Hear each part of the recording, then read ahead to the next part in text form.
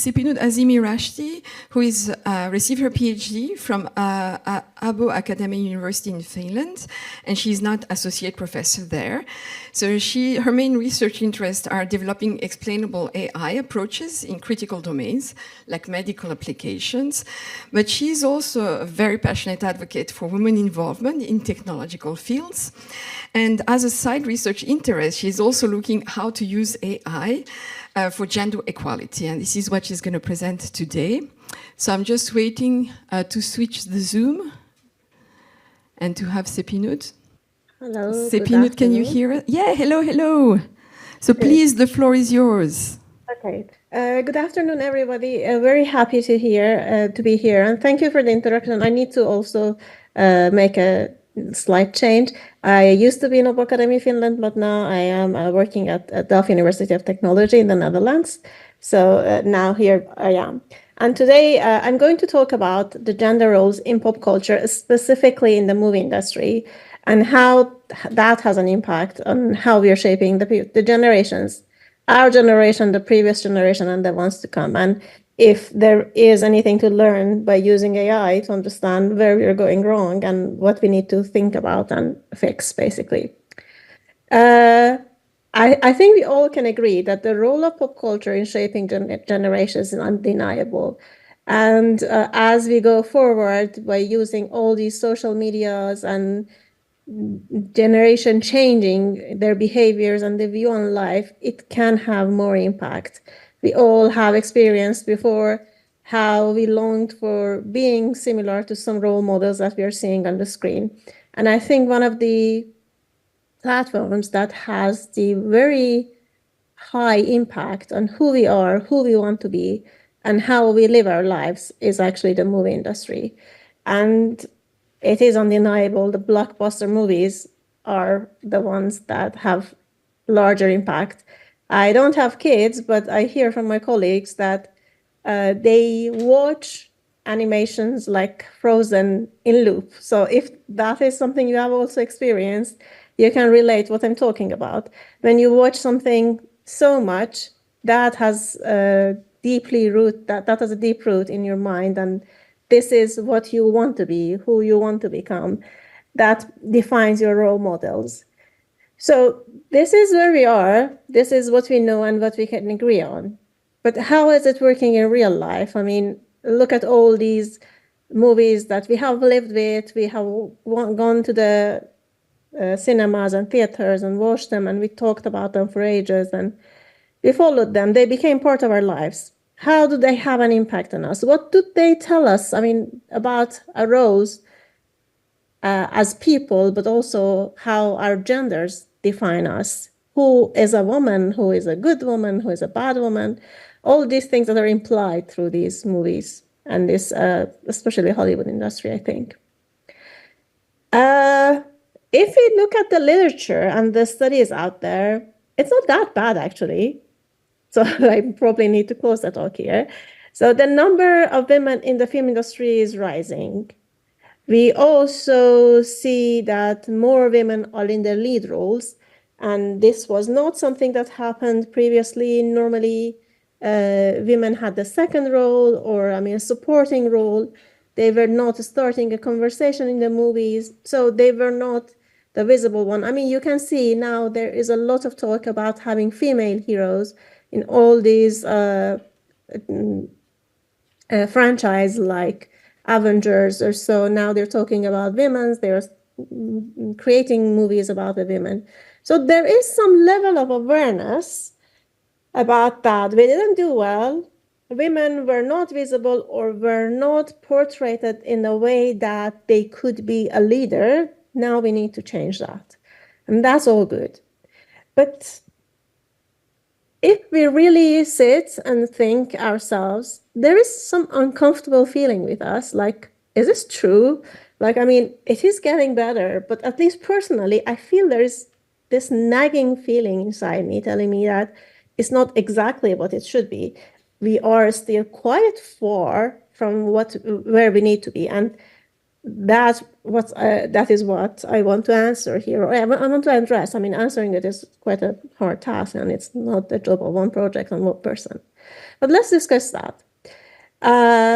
And before going to that, I mean, there have been studies about how women or different genders are portrayed in the movie industry. And they're talking about Cinderella complex and Bechdel test. Cinderella complex, you can imagine there's a poor girl waiting for somebody to rescue. And the Bechdel test is basically seeing if a discussion is initiated by a female actresses in the movie, and they're still doing better than what they were doing before. And I also have this Mr. Darcy syndrome. This is what I always think of at least in my generation, this was like what every girl wanted to have, a Mr. Darcy. The movies, there are a lot of adaptations of Pride and Prejudice when there is this, actually a bully of a man who is very rich and has some romantic feeling that is very well hidden, catches the heart of a girl, and then they settle and happily ever after. So this has been the story so far. This has been changing, as you saw. I mean, people are more conscious about it. But what we wanted to see in our study was that where this nagging feeling that I talked about come from. And of all tools, we use actually AI, which we very much talk about its biases and how it can have an impact on being unfair. But we thought, my team and I, that this tool actually could be an objective judge of seeing how we portray women in movies. And we focused on the emotions that they are projecting, and not what they are saying bluntly. I mean, not the words they are using, but the emotions hidden behind those words. What does it imply? Because the power of words is undeniable, and sometimes we say something, the meaning behind it has a deeper impact than what it sees first by our eyes. So this was the story of this project that I'm going to talk about. I did it with a few of my students back when I was in Finland. And this, as I said, was a pet project, a side project, and we all did it because we were interested in the topic. So it was not our really main line of research. And we looked up some best movies of all times. Some of them you're seeing here. It's a long list. I can tell you how we chose them. But these are basically the movies that had a lasting impact on more than one generation, or they are very popular now.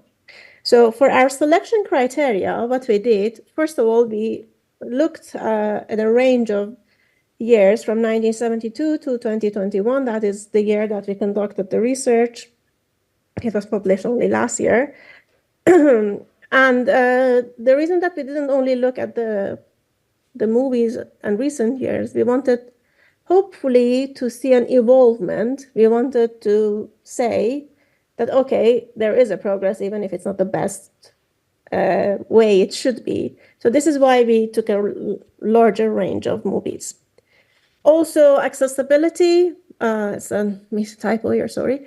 Of the scripts, some of the old movies are very difficult to come by scenarios, so that was an issue. We only could do so much. And we had a data processing module that we wanted scenarios to be in certain format because that would make it easier. Basically, tag the dialogues to the characters, and that is another reason that you had. Obviously, the movie needed to be a blockbuster, it needed to be popular, and it needed to have a life after basically the first screening time, so people watch it again and again and again. So with that, we used 34 movies from different genres. So we wanted to have a range of things. And in total, through those scenarios, and we're talking about now PDF files of written scenarios, it's not really the videos or images, it's only the text. We collected roughly 26,000 dialogues and 457 characters, and we try to have a balanced number of characters there, females and males. So this is how we chose our movies. And as I said, what was important for us to see what emotions are hidden behind the dialogues that each character is saying. And if there's a difference between the emotions portrayed by the dialogues of women and by the dialogues of men. And since many of the, and we use natural language processing actually, by the way, and since many of the available techniques only look at the basic emotions, we wanted to have more complex emotions. So we use the Plotchik's wheel of emotion. We would identify emotions and we would create the more complex emotion out of it. So you can see how the combination of a few emotions will create a more complex one. So this is the point of reference for us to define the emotions, basically. We also did a cluster analysis. It was a side curiosity for us. We wanted to see, after identifying the emotions, are they really saying us that women and men are different, they're together, they are separated. So this was a curiosity point for us, and I will get the result of that. So what did we find out? Well, I would have very much loved to be standing here and telling you that we found that things are getting better. Although it would defy the goal of the project in a sense, we probably couldn't be able to publish, but it would have made us happier. That, unfortunately, was not the case. We did a simple sentiment analysis, and from what you can see, of course, positive, negative emotions are roughly the same for males and females. Still, the females' emotion is more positive, males' emotion is more negative, but it's something that we could have lived with. But then we got to the emotion analysis, and I don't have the whole list of emotions here, but I can tell you these were the dominant ones. And interestingly, male characters showed more anger and aggressiveness, and female characters showed more joy, jealousy, and love. This is very much a stereotype that used to be actually in movies for ages, and we thought we are moving away from that, and we thought we are doing more consciously things to avoid that. And this is not the case. And this, unfortunately, is somehow that we are still seeing different, or we stereotype different genders in society. And you can see a direct impact on how we're portrayed in the movies and how you're perceived in the society. Some may argue that the movies are the images of who we are. I very much disagree. I think this is what actually tells us who to be or how to be and what is acceptable. So this is out there for now. The emotion analysis show that, well, I mean, clearly there are stereotypes. Despite our best efforts. This was not the main goal of the project, but since we were at it and we had the scenarios, we thought to have a look. We created word clouds, see what were the dominant words that character used. And well, actually for me it was surprising.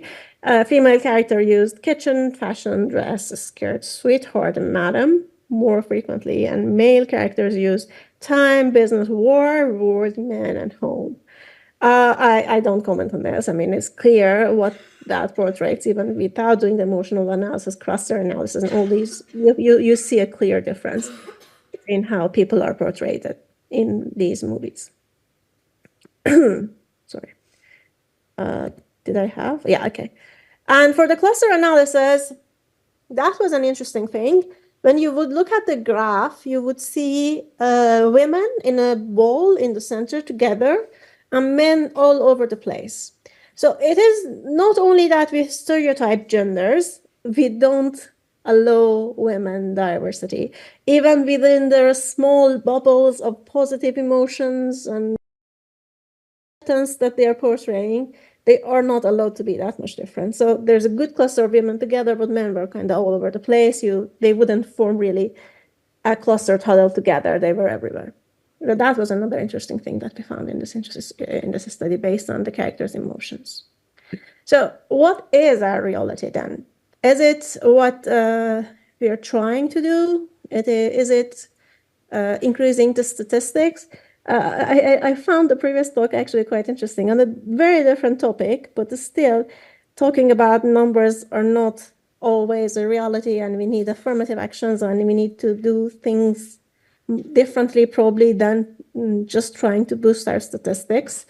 And I think this is the reality here as well.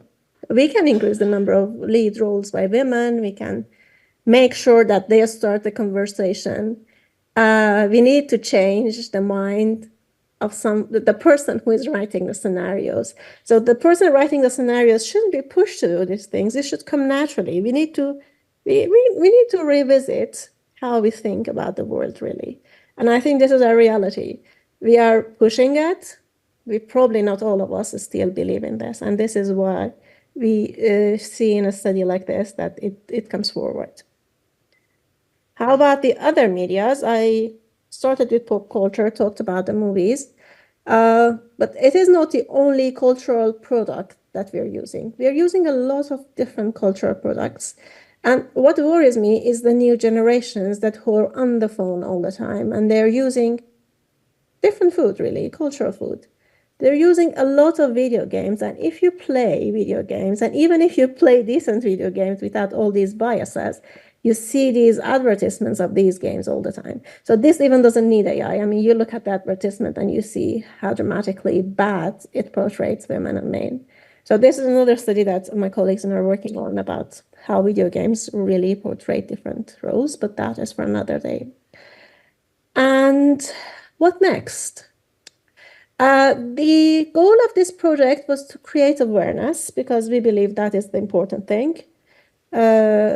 We are not in the decision-making seat to do anything, but if anything needs to be done is that we need to do things more consciously, and we put our heart more to it, not only our mind, that we want to change the view, or we want to change the numbers, or we want to look good.